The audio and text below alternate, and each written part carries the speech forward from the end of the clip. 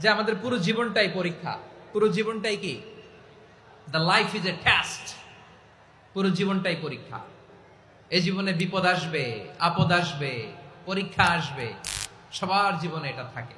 এক একজনের পরীক্ষা এক এক রকম। আমার পরীক্ষা একরকম, মাসুদ ভাইয়ের পরীক্ষা একরকম, চৌধুরী সাহেবের পরীক্ষা একরকম, আপনার পরীক্ষা একরকম, উনার পরীক্ষা আবার আরেক রকম।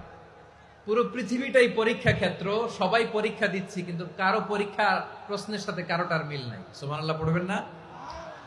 পুরোটাই পরীক্ষা ক্ষেত্র, সবাই পরীক্ষার্থী, কিন্তু প্রশ্নপত্র একটার সাথে আরেকটা মিলে না। One doesn't match the other. একজনেরটার সাথে আরেকজনেরটা মিলে না। কাউকে আল্লাহ তাআলা ধনী বানিয়ে পরীক্ষা করেন। কি বানিয়ে? কথা কি বুঝতেছেন নাকি কষ্ট হচ্ছে? কষ্ট হচ্ছে আপনাদের? কাউকে আল্লাহ ধনী বানিয়ে পরীক্ষা করেন, আবার কাউকে আল্লাহ তাআলা গরিব বানিয়ে পরীক্ষা করেন, কাউকে আল্লাহ অসুস্থ বানিয়ে পরীক্ষা করেন। কেউ দেখবেন যে দুরারোগ্য ব্যাধিতে আক্রান্ত, ডাক্তার বলেছে আর সময় নাই, দুরারোগ্য ব্যাধি, ক্যান্সার, যার নেই কোনো অ্যান্সার, তার জন্য পরীক্ষা হচ্ছে এই রোগ। আরেক লোক দেখবেন তার আবার রোগ বালাই নাই, মাশাআল্লাহ, তাকে আল্লাহ তাআলা আর্থিক দৈন্যতা, দারিদ্রতা দিয়ে পরীক্ষা করছেন। এরকম আছে না নাই? টাকা পয়সা নাই, দিন আনে দিন খায়, যা আছে তাতে চলে না, এটা তার জন্য পরীক্ষা। আবার আরেক শ্রেণীর লোক দেখবেন তাকে আল্লাহ অসুস্থতাও দেয় নাই, দারিদ্রতাও দেয় নাই, তার দাম্পত্য জীবনের সমস্যা আছে না নাই? স্ত্রী কথা শোনে না, অথবা ছেলে মেয়ে কথা শোনে না। তাহলে পরীক্ষা সবার জীবনে আছে, এক একজনের পরীক্ষাটা এক এক রকম। আল্লাহ তাআলা দেখতে চায় যে এই পরীক্ষার সময় আমরা কিরকম রেসপন্স করি।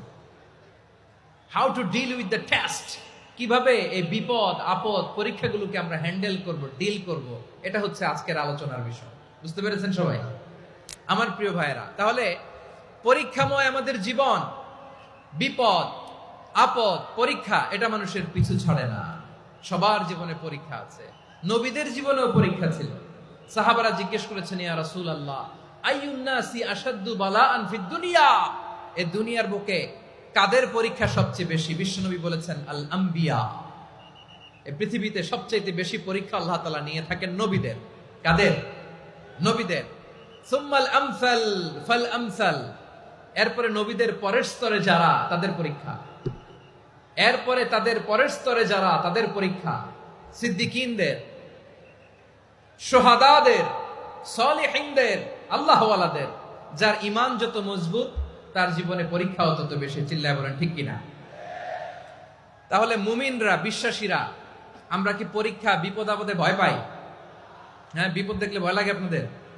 ভয় লাগে? হ্যাঁ, না, মুমিনরা বিপদে ভয় পায় না, তারা হতাশ হয় না, সুবহানাল্লাহ, তারা নিরাশ হয় না। বিশ্বাসীরা হাল ছেড়ে দেয় না, তারা ভরসা রাখে একজনের উপর। চিল্লায় বলতে হবে তিনি কে? কারণ মুমিন জানে the grief isn't permanent, the test isn't permanent, the struggle in our life isn't permanent. আমাদের জীবনের দুঃখ, কষ্ট, স্ট্রাগল, এগুলো পার্মানেন্ট নয়। After every difficulties there is an ease. সব কষ্টের পরেই একটা সুখ আছে না নাই? রব্বুল আলামিন বলেন, ফাইন্না মাআল উসরি ইউসরা, ইন্না মাআল উসরি ইউসরা, ভয় পেও না, চিন্তা করো না, কষ্টের সাথেই আমি রেখে দিয়েছি স্বস্তি। সুবহানাল্লাহ বলেন। মুমিন জীবনে বিপদ যত বেশি, কষ্ট যত বেশি, তার সামনে সফলতা তার চেয়েও বেশি। ঠিক কিনা বলেন?